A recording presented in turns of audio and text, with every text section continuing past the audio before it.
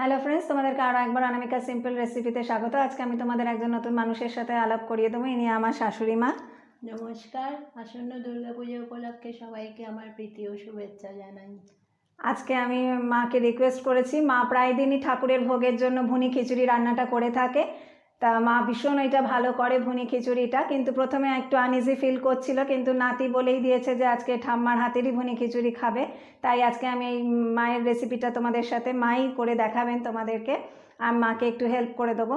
তাহলে তোমরা প্লিজ শেষ অবধি আমার ভিডিওটার সঙ্গে থেকো, আর আমার চ্যানেলটা অবশ্যই সাবস্ক্রাইব করো এবং বেল আইকনটা প্রেস করতে ভুলো না। তাহলে চলো মা কীভাবে রান্নাটা করছে তোমাদেরকে দেখিয়ে দিই। ভুনি খিচুড়ি করতে খানিকটা আলু কেটে ভেজে রাখা হয়েছে, 50 গ্রাম চিনে বাদাম ভেজে রেখেছি, খানিকটা কপি ভেজে রেখেছি, 4টে কাঁচা লঙ্কা চেরা আছে, 10 গ্রাম গরম মশলা রেখেছি, 2 টিস্পুন গোটা জিরে রেখেছি, 5-6টা তেজপাতা রেখেছি, আর 5টা শুকনো লঙ্কা রেখেছি, 3 টিস্পুন হলুদ গুঁড়ো রেখেছি, 1 টিস্পুন কাশ্মীরি লাল পাউডার রেখেছি, 2 টিস্পুন জিরে গুঁড়ো আর 2 টিস্পুন ধনে গুঁড়ো রেখেছি, 3 টেবিল চামচ আদা বাটা আছে, 1 টিস্পুন গরম মশলা পাউডার আছে, এখানে 300 গ্রাম গোবিন্দভোগ চাল রাখা আছে, আর 300 গ্রাম মুগ ডাল রয়েছে, 100 গ্রাম ঘি রয়েছে, নুন চিনি স্বাদ মতো, আর একটু আমি সাদা তেল ইউজ করব।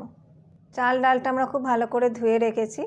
মা এখন 4 টেবিল চামচ সাদা তেল দিচ্ছে কড়াইতে, কড়াইটা গরম হয়ে গেছে, আর 4 টেবিল চামচ ঘি দেবে।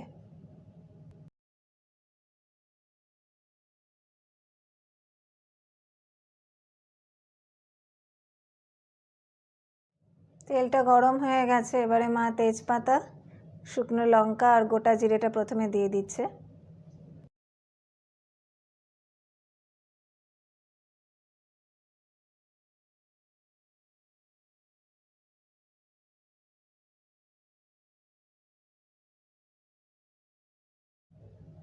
হালকা নেড়ে নিয়ে গরম মশলাটা দিয়ে দেওয়া হলো। এবারে ডালটা জল ঝরিয়ে ঝরিয়ে দিতে হচ্ছে এবং নাড়তে হবে। ডালটা সম্পূর্ণ দেওয়া হয়ে গেছে, এবারে চালটা দিয়ে দেবে, দিতে দিতে নাড়তে হবে যাতে কড়াইতে না লেগে যায়।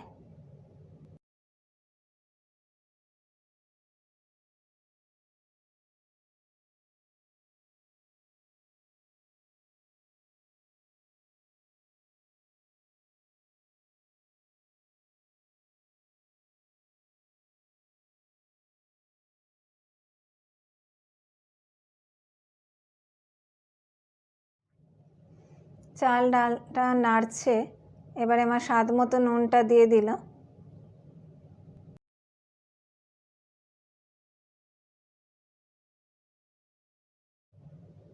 হলুদ গুঁড়োটাও দিয়ে দিল, দিয়ে এবার খুব ভালোভাবে নাড়তে হবে।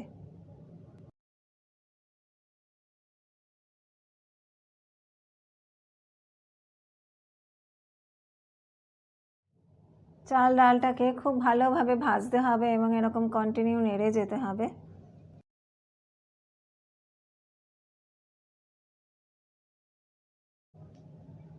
এবারে মা চিড়ে রাখা কাঁচা লঙ্কাগুলো দিয়ে দিল,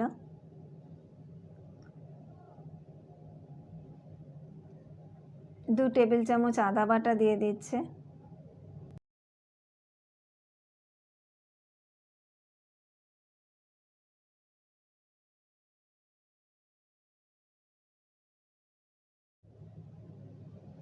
সব গুঁড়ো মশলাগুলো দিয়ে দিচ্ছে, দিয়ে খুব ভালোভাবে মিশিয়ে খুব ভালো করে ভাজতে সময় দিতে হবে।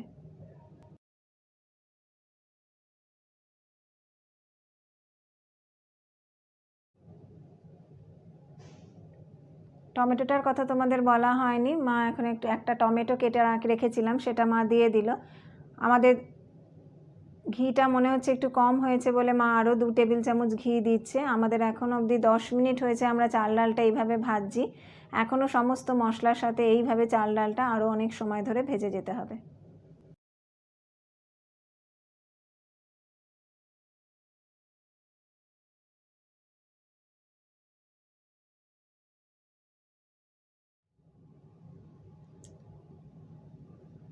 চাল ডালটা এইভাবেই নেড়ে নেড়ে এটাকে ভাজতে হবে। মার মনে হয়েছে যে তেল আর ঘিয়ের পরিমাণটা একটু কম হয়েছে, তাই আরও 2 টেবিল চামচ তেল মা অ্যাড করছে। এখানে খুব বেশি পরিমাণে তেল ঘিটা ইউজ করতে হয়।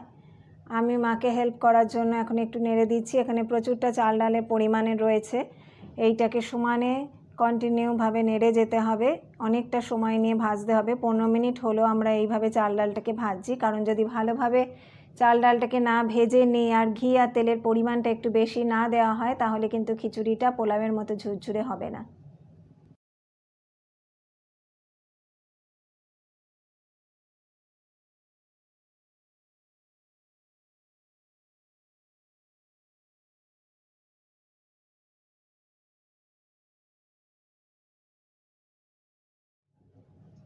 কুড়ি মিনিট ধরে চাল ডালটাকে সমস্ত মশলার সাথে ভাজা হয়েছে। এবারে খানিকটা নারকেল করে রাখা হয়েছিল, সেটাও দিয়ে ভালোভাবে চাল ডালের সাথে মিশিয়ে নেওয়া হচ্ছে। আর তোমাদেরকে বলা হয়নি, আমরা 3 কৌটো, আমাদের বাড়ির কৌটো অনুযায়ী 3 কৌটো চাল ডাল এখানে রয়েছে। আমরা সেই জন্য 6 কৌটো জল আগেই গরম করে রেখেছি। এইবারে গরম জলটা মা দিয়ে দিচ্ছে।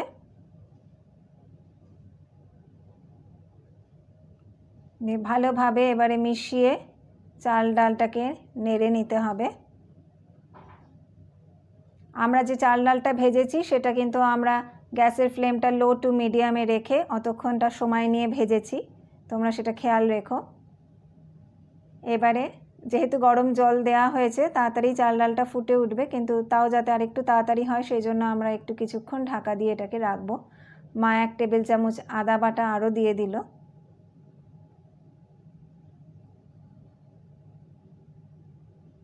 দিয়ে এবার ঢাকা দিয়ে দিচ্ছি।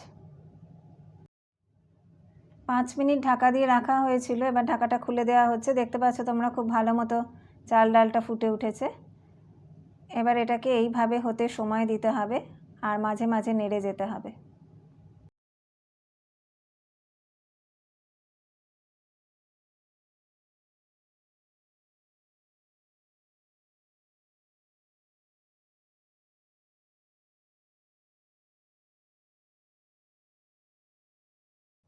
চাল ডালটা অর্ধেক সেদ্ধ হয়েছে, এখন মা 6 চামচ চিনি দিয়ে ভালো করে নেড়ে নিচ্ছে।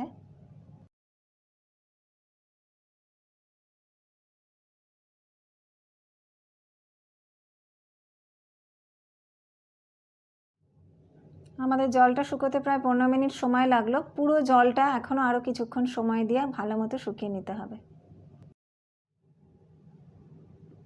গরম মশলাটা যেটা রাখা ছিল সেটা দিয়ে দেওয়া হলো। গ্যাসের ফ্লেমটা এখন একদম লো করে দেওয়া হয়েছে, কারণ যেহেতু জলটা শুকিয়ে গেছে। ভাজাগুলো মা দিয়ে দিচ্ছে। 2 টেবিল চামচ আরও ঘি দেওয়া হলো।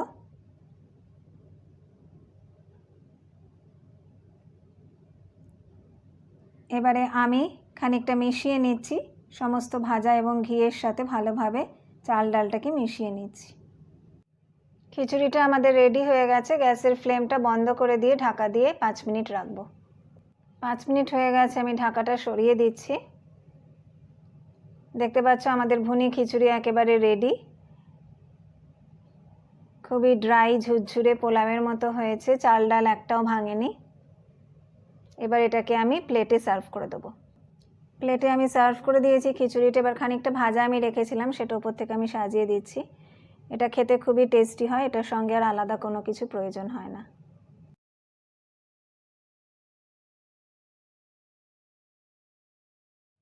আমার ছেলেরা তর সইল না, ও সবার আগেই খেতে বসে পড়েছে।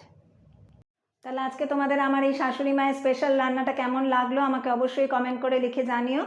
আর সবাই খুব ভালো থেকো, সুস্থ থেকো। নমস্কার।